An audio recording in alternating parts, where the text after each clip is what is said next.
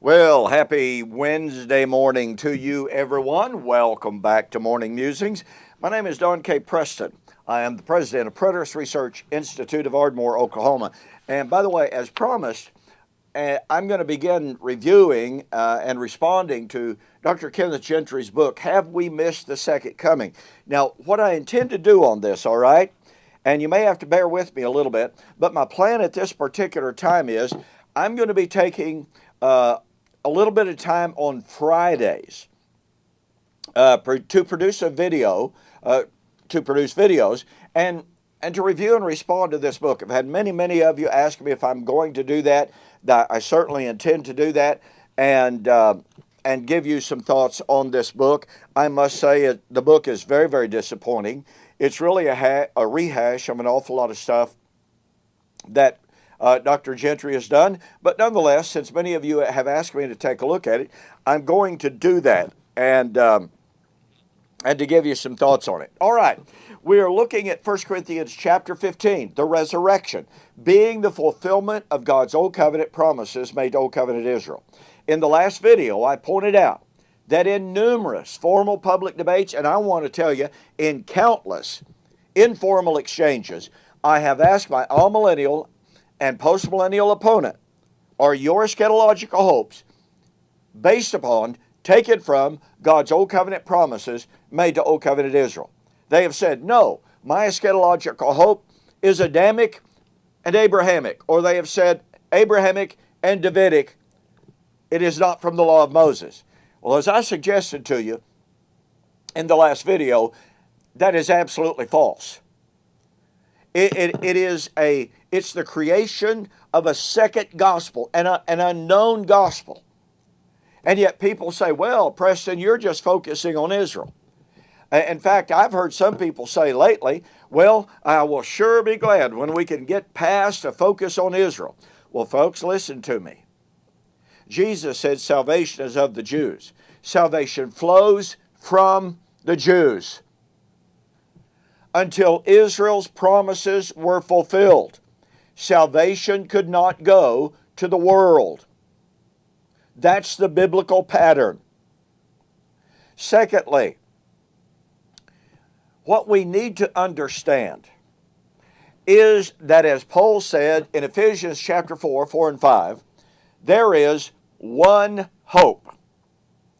Now, here's something for you to consider.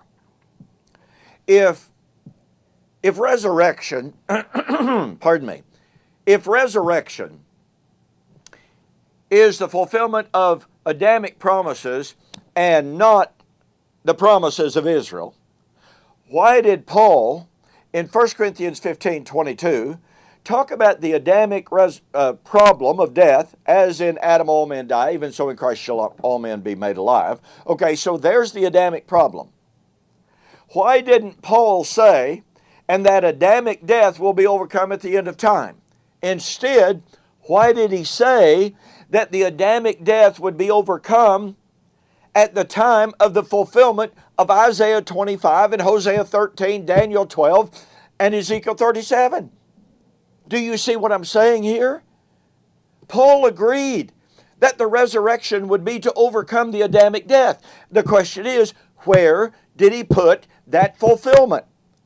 He did not put it at the end of time. He did not put it at the end of the Christian age. Why did he put it at the end of the Mosaic age, in fulfillment of Moses, the law, and the prophets? The same thing with Abraham. If resurrection promise belonged to Abraham and not Israel, then why does Galatians chapter 3 and 4 talk about God positing the Abrahamic inheritance? Well, what was the Abrahamic inheritance? The Abrahamic inheritance was the heavenly city, the heavenly country, and the better resurrection, Hebrews 11:35. Why, if the reception of the Abrahamic resurrection promise is different from the hope of Israel, Why didn't Paul put the reception of the Abrahamic inheritance at the end of the Christian age instead of saying that it was at the end of the Old Covenant law, the law of Moses? The law was under a schoolmaster to bring us under Christ. After Christ is come, we're no longer under a schoolmaster. And somebody wants to say, well, yeah, Paul's saying that the law had already passed away. No, that's not going to work. What did he mean there when he says, after Christ has come, we're no longer under a schoolmaster? Does that mean when Jesus was born, the law passed away? I don't know of anybody that would take that position. People want to say, well, okay, that's the cross. That's not the coming of the Lord. Paul has in mind, in this after Christ has come, Paul has in mind that the Abrahamic inheritance would be when the Old Covenant law came to its end. When would the inheritance be given? Well, Galatians 4:21 and following teaches us that the inheritance would not be received under the law, through the law, and by those of Israel after the flesh. It would only be when Israel after the flesh would be cast out for persecuting the children of promise, the Abrahamic seed through faith. Do you see what I'm trying to convey here? Paul had one eschatological hope. When we dichotomize the resurrection narrative and say, well, I'm looking for the fulfillment of the Adamic promise of resurrection. Okay, that's fine. When would it be fulfilled? Guess what? Paul said in Romans 16:20, and now the God of peace shall crush Satan under your feet shortly. That's a direct echo from Genesis 3:15 and 16, the ultimate victory, i.e. resurrection. But when did Paul say it would happen? It would happen shortly. You see? In the fulfillment of God's promises to Israel. What we're trying to say here is the Adamic hope, the Adamic resurrection hope, was assimilated into and became the same as the Abrahamic resurrection hope.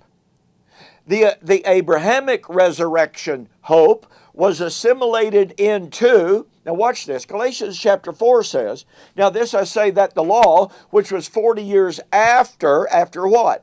After the Abrahamic covenant, cannot annul the covenant. But the law was added to Abraham, carried the Abrahamic promise through the Mosaic law, but the Abrahamic covenant, the Abrahamic resurrection promise, could never be fulfilled under or by or through obedience to the law. That's why Paul says, if a law could have been given that could have given life, then verily righteousness would have been through the law. No. But that doesn't mean that the law did not carry on the Abrahamic resurrection promise. And once again, when therefore would the Abrahamic resurrection promise be fulfilled? When Isaiah and Daniel and Ezekiel and Hosea would be fulfilled at the end of the Mosaic age. When that old covenant age was taken away, the Adamic promise, the Abrahamic promise would be fulfilled. This is why Paul said he had one hope, and it was found in Moses, the law, and the prophets. And we've got more on this absolutely essential, critical, foundational understanding that the resurrection of 1 Corinthians 15 would be at the end of the Old Covenant age in fulfillment of God's promises to Abraham, His promises to Adam, and His promises to Moses in the law and the prophets. You don't want to miss it. We'll see you on the flip side.